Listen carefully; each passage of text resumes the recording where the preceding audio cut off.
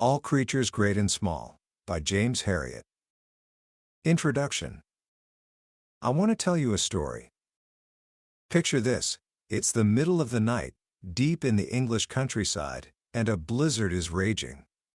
A young man, barely out of his 20s, is lying face down on the filthy, cobbled floor of a barn. He's stripped to the waist, snow blowing in through a gaping doorway and melting on his bare, sweating back. His arm is buried deep inside a cow, trying to deliver a calf that refuses to be born. He's exhausted, he's freezing, and he's starting to panic. And to make matters worse, sitting comfortably on a bale of straw, puffing away on his pipe and enjoying the show, is an old man they call Uncle, and Uncle has an opinion on everything. "You know," the old man says, his eyes twinkling, "my vet, Mr. Broomfield, he's a wonderful man at calving. Never seen him beat yet." The young man grits his teeth and pushes harder. "Mr. Broomfield," Uncle continues, "he strips like a boxer, muscles on him like you've never seen." For 2 agonizing hours, the young vet struggles while Uncle keeps up a running commentary on the sheer magnificence of Mr. Broomfield. Finally, when the young man is about to give up, trembling with exhaustion and fury, he has a moment of inspiration. With one last, desperate push, fueled by pure rage, he manages to loop a rope around the calf's jaw. A few minutes later, a tiny, living calf lies steaming on the straw. That young vet, covered in mud and muck, shivering in the cold but filled with a quiet sense of triumph, was a man named James Herriot. And the story I just told you is one of hundreds from his life, captured in a book that has sold millions upon millions of copies around the world, All Creatures Great and Small. This isn't just a book about being a veterinarian. It's a book about life itself. It's about that moment when you step out of the classroom and realize that all the books in the world can't prepare you for the beautiful, messy, unpredictable reality of the real world. The author, James Herriot, was the pen name for a real veterinarian named Alf Wight, who practiced in the stunningly beautiful and rugged Yorkshire Dales of England for 50 years. He started writing his stories when he was 50 years old, never dreaming that his simple, honest accounts of a country vet's life would touch the hearts of so many. So, what is the secret this book holds? Why has it remained a classic for decades? By the end of our time together today, you will understand the profound and simple lesson that James Herriot discovered in those cold barns and on those windy hillsides. It's a lesson about finding extraordinary joy in an ordinary life. It's about discovering that the greatest rewards often come disguised as the hardest work. And it's about learning that a life of purpose is not about grand achievements, but about the quiet dedication to the creatures, both great and small, that depend on you. This is a journey into a world that may seem distant, but its heart is something we all search for. Let's begin. Book summary. Our story starts in 1937, a difficult time in England. Imagine being a young man, having just spent 5 long, hard years in college, finally achieving your dream of becoming a veterinary surgeon. You're filled with knowledge, with enthusiasm, ready to change the world. But the world doesn't seem to want you. Agriculture is in a slump, and for every job opening, there are nearly 80 applicants. This was the reality for the young James Herriot. He, like so many of his friends, was facing a future of unemployment, his dreams turning to dust. He had almost given up hope.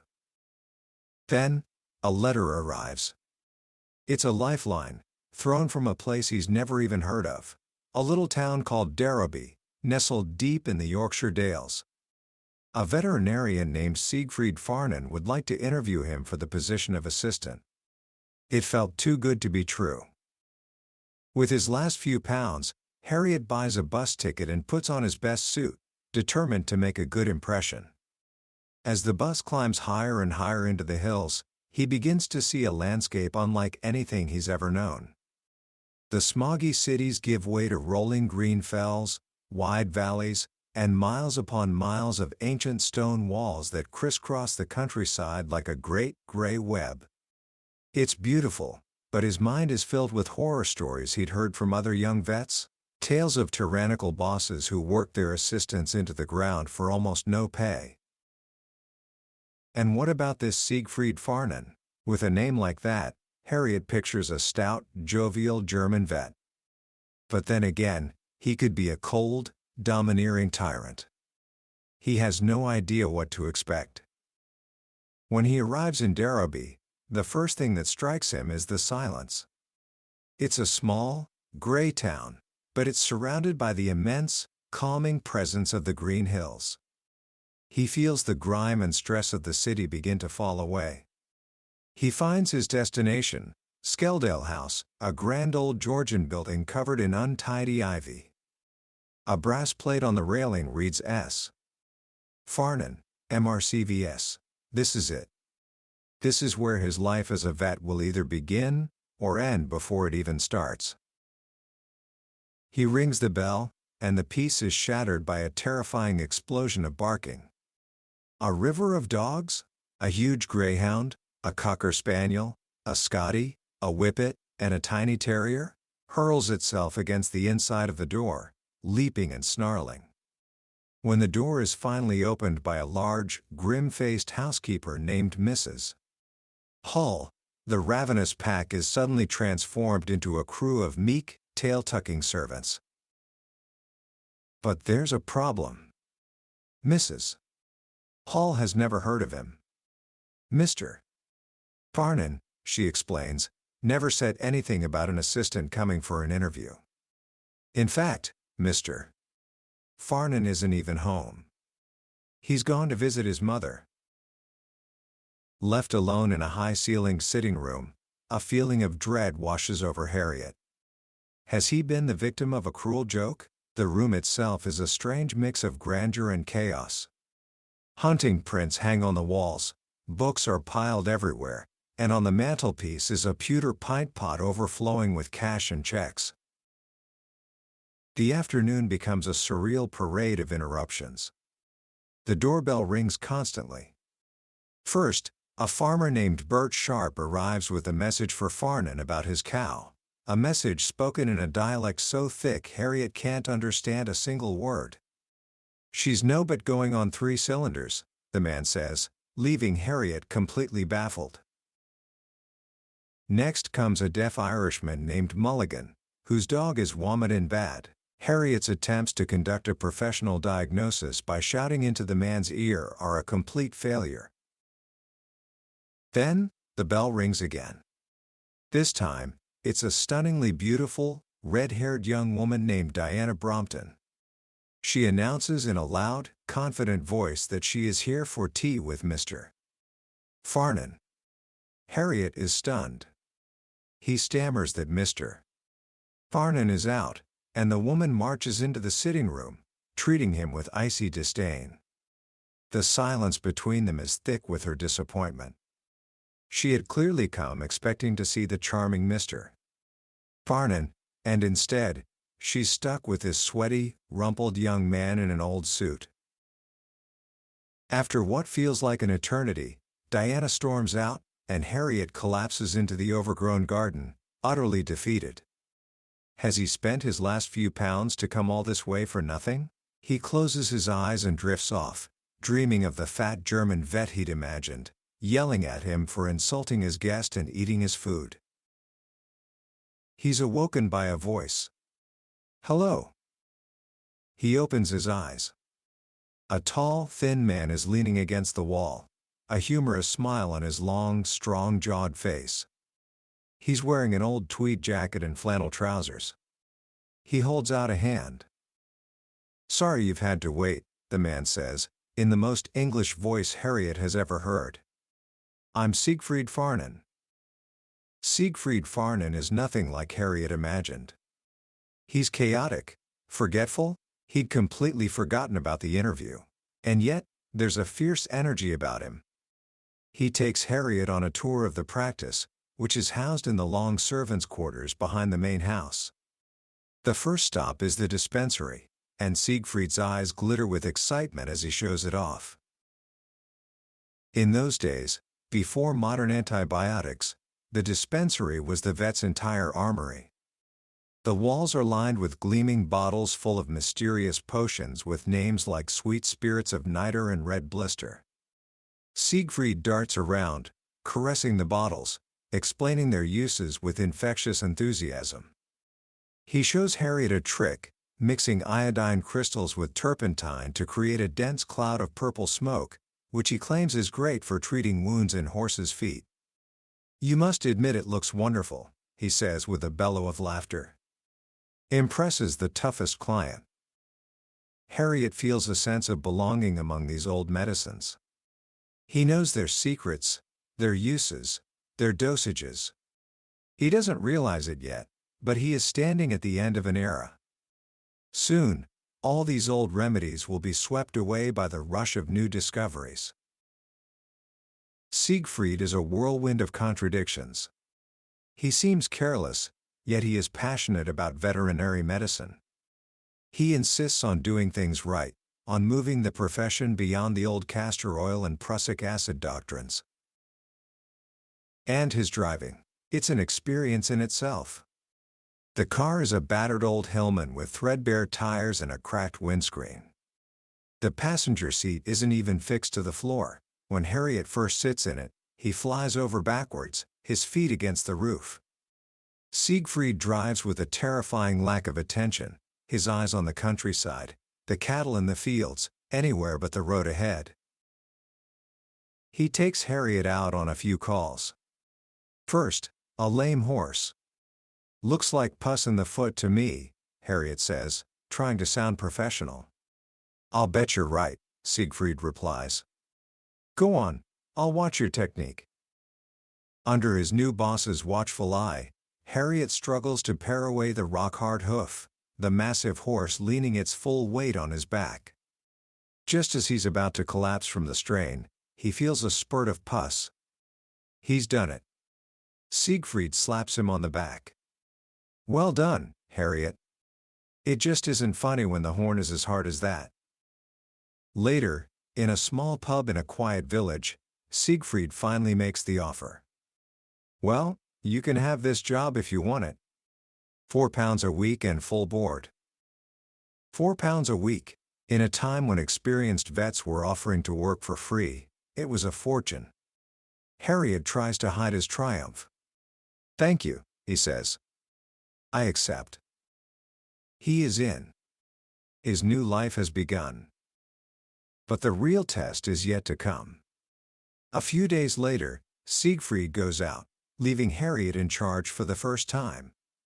The phone rings. It's a man with a harsh, demanding voice. "I am Mr. Soames, Lord Halton's farm manager. I have a valuable hunting horse with colic. Do you know anything about colic?"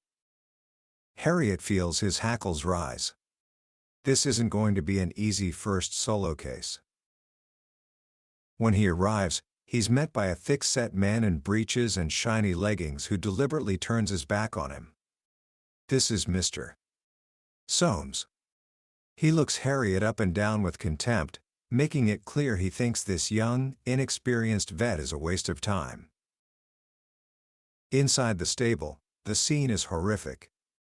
A magnificent bay horse is staggering in circles, drenched in sweat, its eyes wild with pain. Herriot's mouth goes dry. This is no simple colic. "He just needs something to shift him," Soames snarls.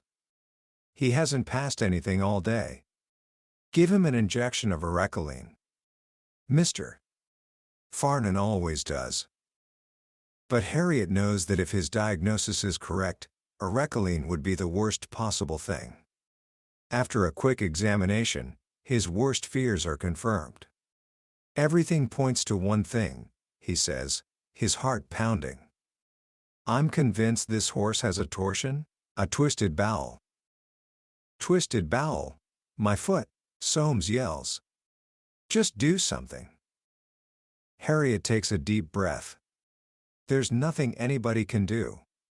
The only kind thing is to put him out of his pain as quickly as possible. I suggest you let me shoot him now. Soames explodes with fury. Shoot him? Are you stark raving mad? Do you know how much that horse is worth? He demands they wait for Siegfried to return. For a moment, Herriot is tempted. It would be so easy to give the horse a painkiller and walk away, leaving the terrible responsibility to someone else. But then he looks at the horse, stumbling blindly in its agony. It raises its head and lets out a little whinny, a desperate, frantic sound of pure suffering. That sound is enough. Herriot strides to his car, gets his humane killer, and with a sharp crack, the horse's suffering is over. Soames is furious. I'm going to sue you, he hisses. You'll be proven wrong at the post-mortem tomorrow, and you'll never work as a vet again. Herriot drives back to the surgery feeling sick. Has he just destroyed his career before it even began? He waits up for Siegfried, who returns late, smelling pleasantly of gin after an evening with his mother. As Herriot tells him the story, the phone rings. It's Soames. Herriot listens, his heart in his mouth, as Siegfried calmly handles the angry farm manager. Thank you for ringing, Mr. Soames, Siegfried says into the phone. It seems as though Mr. Herriot did the only possible thing. No, I cannot agree. It would have been cruel to leave him. I consider Mr. Herriot to be a highly capable veterinary surgeon. If I had been there, I have no doubt I'd have done the same thing. Relief washes over Herriot. He has been backed up. He has been trusted. Siegfried hangs up, pours them both a massive whiskey, and raises his glass. Well, he says with a grin, you certainly got chucked in at the deep end tonight, my boy. Your first case. And it had to be Soames, too. The next morning, the post-mortem confirms it, a classic torsion. Herriot had been right. Life at Skeldale House soon settles into a chaotic but strangely comfortable rhythm. The household is completed by the arrival of Siegfried's younger brother, Tristan. He's a veterinary student, supposed to be helping out, but his real talent lies in doing as little as possible while giving the appearance of being busy. He is charming, quick-witted, and a constant source of frustration for Siegfried. The dynamic between the three men becomes the heart of the house. Siegfried, brilliant but prone to explosive rages and moments of profound forgetfulness. Tristan, a master of avoiding work, who is perpetually being sacked once and for all by his brother, only to reappear at breakfast the next morning as if nothing had happened. And Herriot, caught in the middle, trying to navigate their unpredictable moods while learning the ropes of a demanding profession. He discovers that veterinary practice is not what the books described. It's lying on filthy floors in the middle of the night. It's dealing with clients who think they know better, like the man who insisted the cure for his cow was to pour cold water in its ear, because that's what his dad always did. It's the constant struggle with farmers who are reluctant to part with their brass, their money, even when you've saved their animals' lives. And it's the sheer physical hardship. The chapped hands, the frozen feet, the endless miles driven in a car with no brakes. Herriot's little Austin is a death trap. He has to stop it by crashing it into bottom gear, and one day, on a steep hill, it rolls away backwards, bouncing down the slope, its doors flying open, shedding a trail of bottles and instruments before completely demolishing the Darrowby Golf Club's clubhouse. Miraculously, the car is barely scratched. But through all the hardship, there is an incredible amount of humor and warmth. There are characters like Finn Calvert, a prosperous farmer who dresses like a scarecrow and greets a brigadier with a cheerful "Now then, Charlie, ow is ta." Finn is convinced Herriot is a genius who cures everything with nout but Epsom salts and cold water. And then there is Mrs. Pumphrey and her pampered Pekingese, Tricki Woo. Mrs. Pumphrey is a wealthy widow who treats her dog like a prince. Tricki has a whole wardrobe of tweed coats, suffers from mysterious ailments like flopbot and crackerdog, and communicates his horse racing tips to his mistress. Herriot becomes Uncle Herriot, a position that comes with perks like smoked kippers, hampers from Fortnum and Mason's, and endless glasses of excellent sherry. One day, Tricki becomes dangerously ill from being overfed. Herriot knows the only cure is to get the dog away from his indulgent mistress. He takes Tricki back to Skeldale House and puts him on a strict diet. For 2 days, no food, only water. Soon, Tricki joins the rough-and-tumble pack of household dogs, discovering the joys of being bowled over, fighting for his share at mealtimes, and hunting rats in the old henhouse. He is transformed from a bloated sausage into a hard-muscled little animal. Meanwhile, a worried Mrs. Pumphrey starts sending cases of sherry and brandy to build up Tricki's strength, leading to a very happy period of ceremonial lunches at Skeldale House. Slowly but surely, Herriot begins to find his footing. He is no longer the terrified young man who arrived a year ago. He starts to earn the farmer's trust. They begin to ask for him by name. One of his greatest tests comes with a farmer named Dick Rudd, a kind, hard-working man with a burning ambition to build up a fine dairy herd. He spends his life savings on one magnificent pedigree cow, a beautiful dark roan he names Strawberry. A month later, Strawberry develops a massive abscess in her throat. She can't eat, she can barely breathe, and she is wasting away to a skeleton. Herriot knows he has to operate, but it's a procedure he's never done, never even seen. He has to go in from behind the jaw, through a minefield of major blood vessels. One slip, and the cow will be dead in a minute. He is terrified, but he knows it's the cow's only chance. With Dick Rudd holding the animal's head, Herriot makes the incision. His hand is trembling so much he can barely hold the scalpel.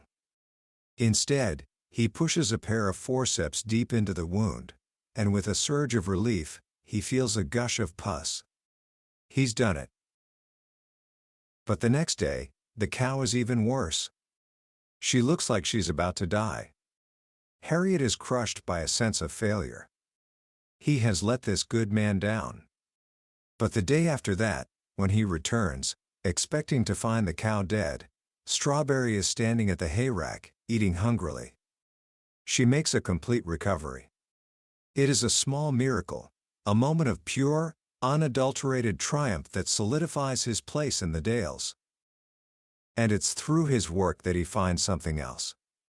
One day, he's called to a farm called Heston Grange to treat a calf with a broken leg.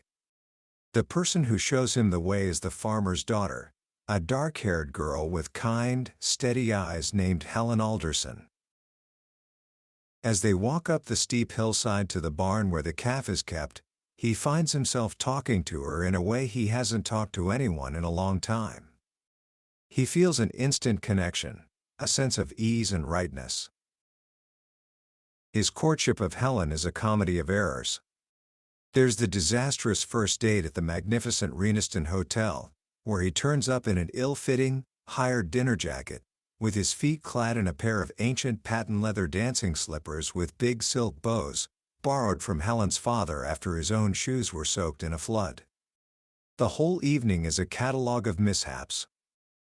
Then there's the night at the Darrowby Plaza, the local cinema, where he's heckled by a disgruntled client, tormented by a drunken giant named Gobber Newhouse who falls asleep on his shoulder, and finally, sees Helen laughing uncontrollably at the sheer absurdity of it all.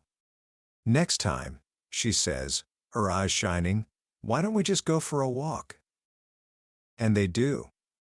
They walk for miles among the hills, and he knows this is the person he wants to spend his life with.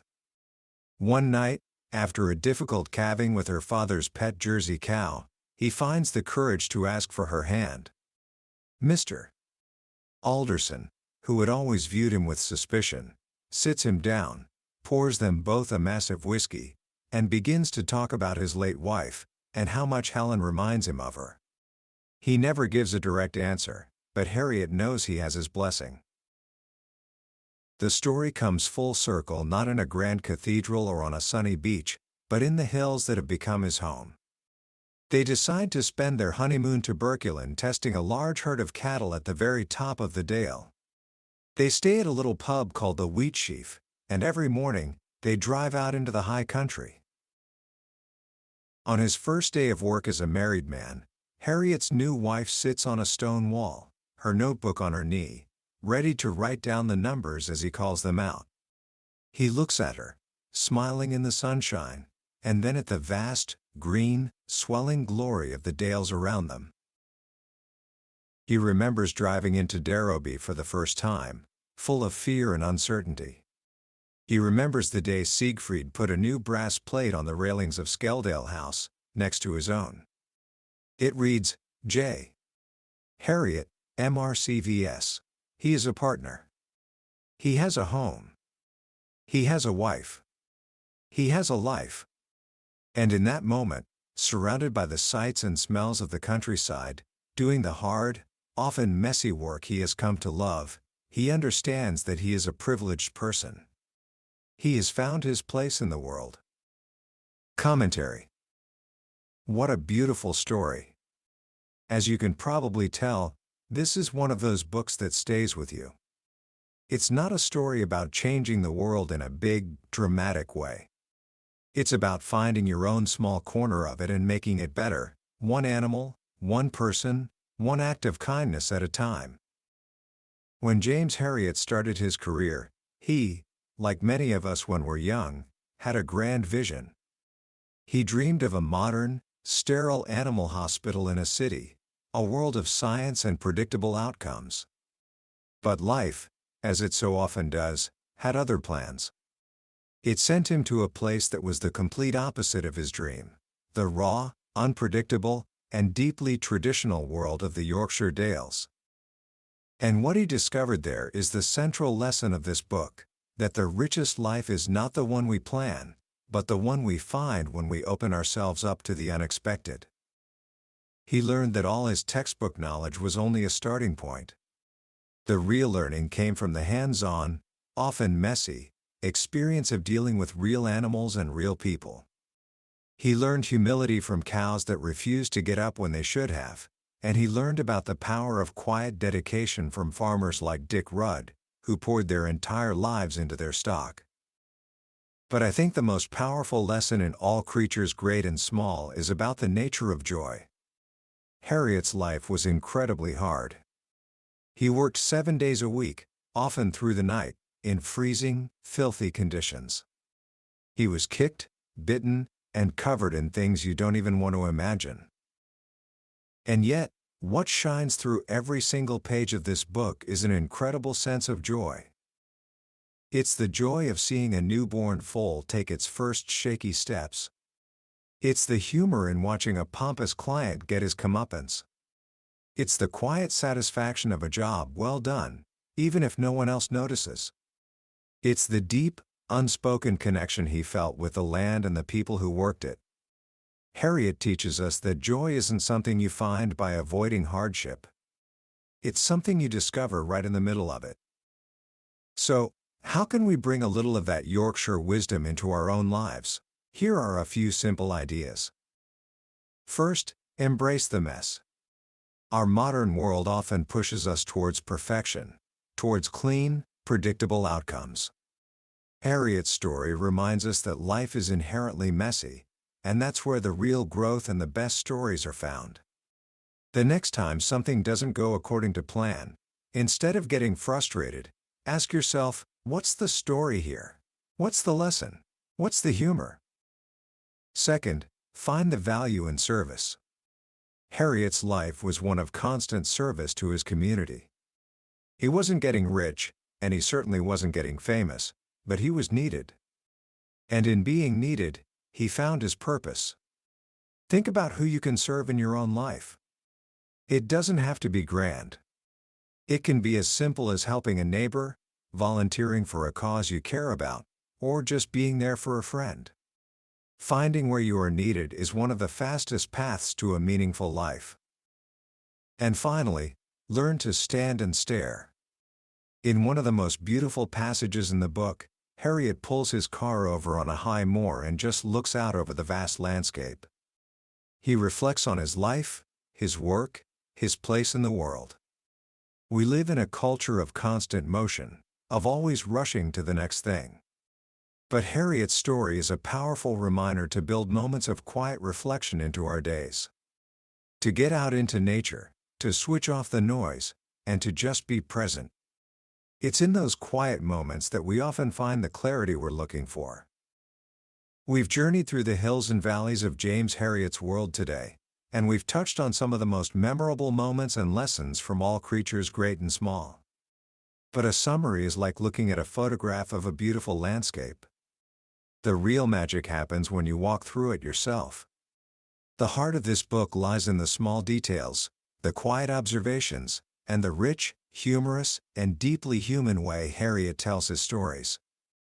This summary is designed to give you a taste, to help you decide if this journey is one you want to take. If anything we've talked about today has warmed your heart or sparked a little something in you, I truly hope you'll pick up a copy. Reading it isn't just learning, it's an experience, one that can genuinely change the way you see the world and your own place within it. The link to the book is in the description. Also, if this story has meant something to you, I'd be so grateful if you would like this podcast and subscribe to our channel. That way, you won't miss our next journey into another life-changing book. Let's keep exploring these incredible stories and growing together.